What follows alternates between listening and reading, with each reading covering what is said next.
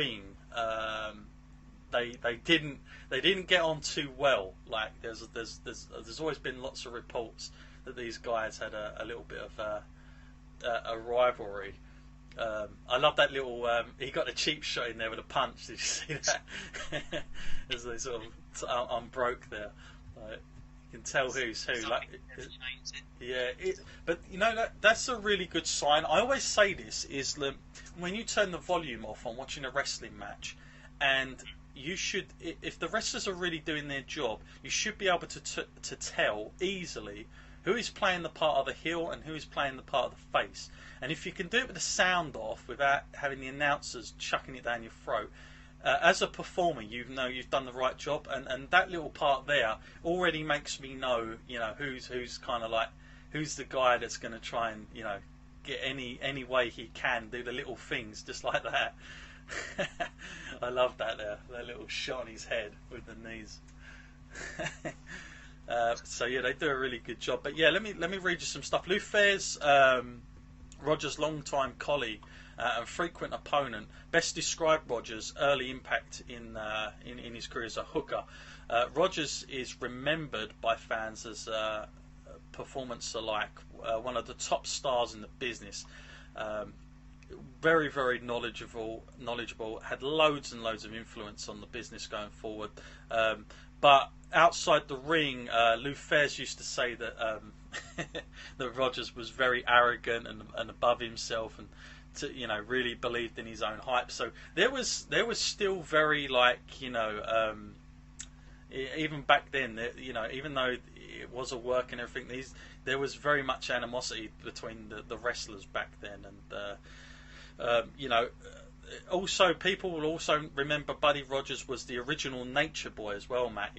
Before Ric Flair took that name over, it was Nature Boy Buddy Rogers. Yeah, this was the guy that he took it from. So originally, this was the first Nature Boy, and so the way he presented himself was like, you know, I'm above the rest. I'm the legit, you know, real deal. I'm sort of panache and that type of image. That's what he went for. And that's what Ric Flair continued that sort of legacy on. But it's amazing the career he had. I mean, literally, let me see when he finally, he actually, let's find out, he was set to wrestle yet another Nature Boy, this time Buddy Landel, in a comeback match in early, this was actually going to be in ECW. He was actually scheduled to have a match, Matt, believe it or not, in early 1992. That would have been the Eastern Championship Wrestling then. Which was a part of the NWA at the time, but unfortunately he couldn't do that because he'd suffered. Rogers was weakened by several severe broken arm and suffered 3 strokes, 2 on the same day, and unfortunately he was put on a life support machine and died a short time afterwards in June 26th, 1992. So. Yeah, he literally, this was a guy that would have wrestled, you know, literally until forever, basically. I mean, like, he never had a time of retirement, let's put it that way. He was still scheduled to wrestle, and unfortunately that year he passed away. So yeah, he was about, so I mean, imagine that for a career, you know, like from 1940s all the way to sort of 92. It's unbelievable. It's like half a century, you know. There's this madness, isn't it?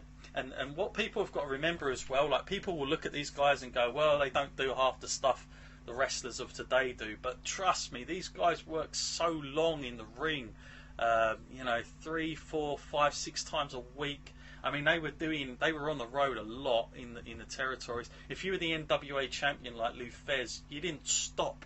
You really didn't stop, so definitely it took the toll on their body back then. You definitely can't dispute that fact of it. They probably weren't all these policies back then to protect them, even to say, hey, this guy's been working too hard, give him some time off. Oh no! It was still just like, no, you've got these days to do, you're doing Yeah, them. yeah, absolutely. There's no time for that.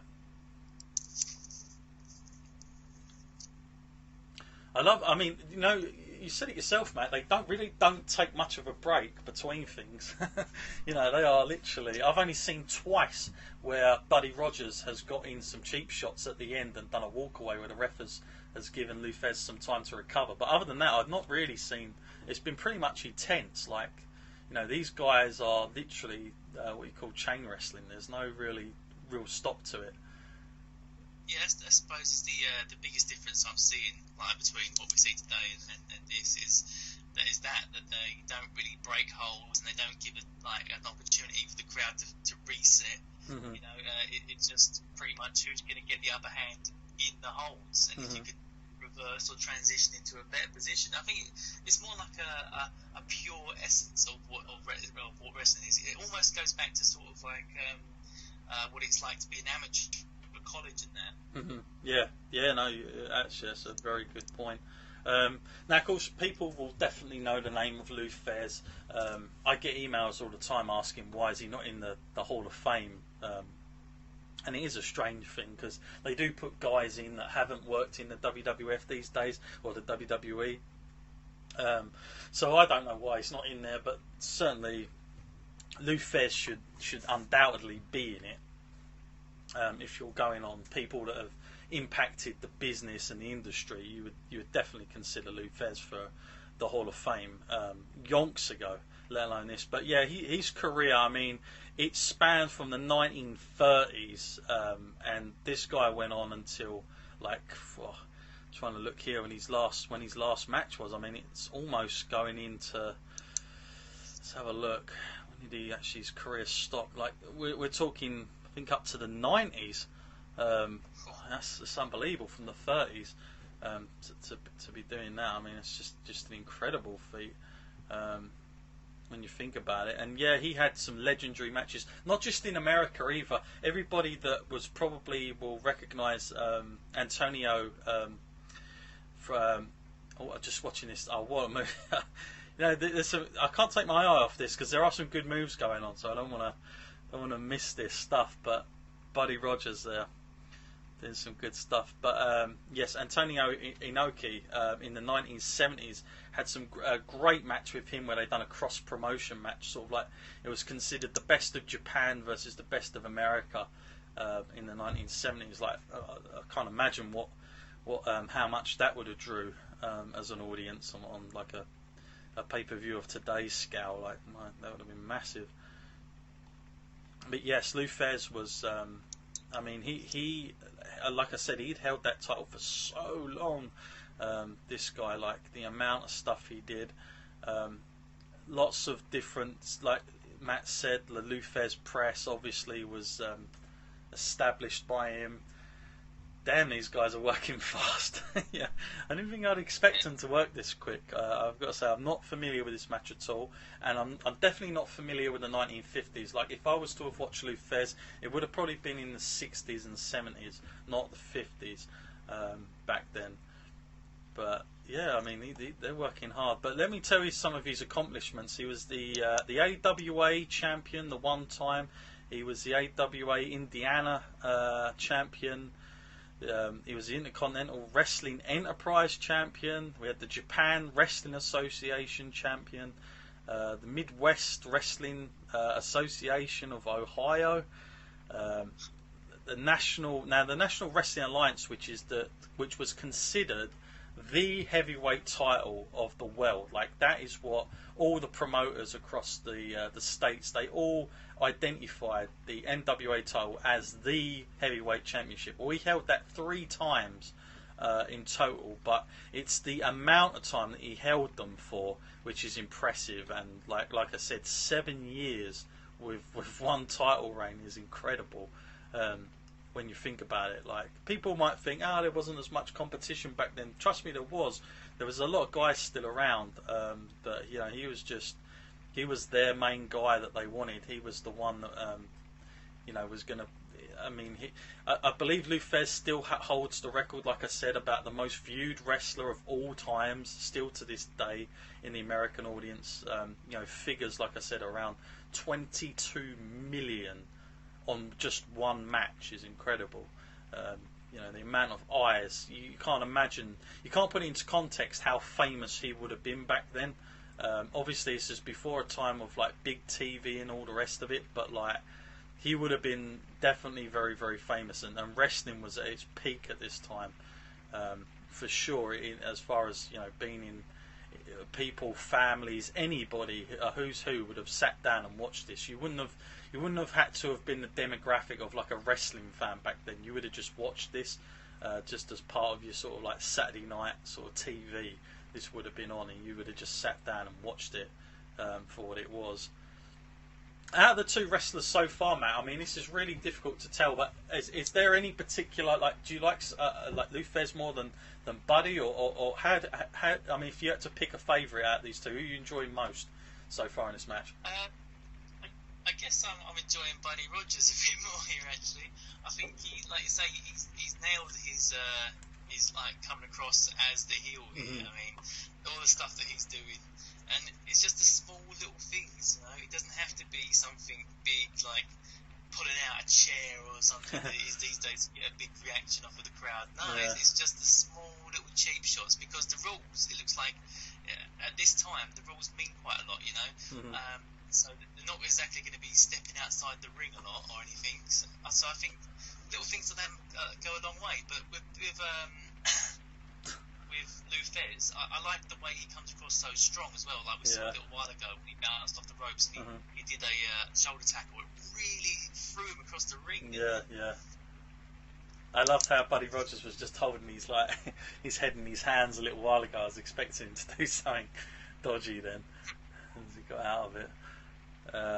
The other thing about Lou Thez as well that I'm reading up on here is Thez had held the World Championships for the NWA and other promoters around the world, and at one WWE pay-per-view was recognised as both the youngest and the oldest World Heavyweight Champion, as he was 21, just 21 years old when he won his first NWA title. And guess how old he was when he won his last title, Matt? Well, you know, it sounds like a heck of a long career. What was he, in his 70s? Well, he was 50, believe it or not, when he would win the NWA title again. So that was one of his three. And obviously he held the belt for so long. Unbelievable, really. The length of this guy's career wouldn't have surprised me if he was a little bit later than that, because, this guy, that's some kind of physique and like some kind of internal like stamina. You've got to have a career that long. Yeah, I mean, and that's what I'm saying. I mean, they might not. I mean, they certainly don't look like. If you look at these guys now, people go, "Oh my god, they're not that big." But wrestling here, like you hadn't had at this time, especially in the 50s, the idea of the giants. They hadn't yet established themselves in pro wrestling, so it wasn't like there wasn't too many guys that were doing that gimmick at the time. So this would have just looked like a typical wrestler. Whoa, Christ! Just checking that one out.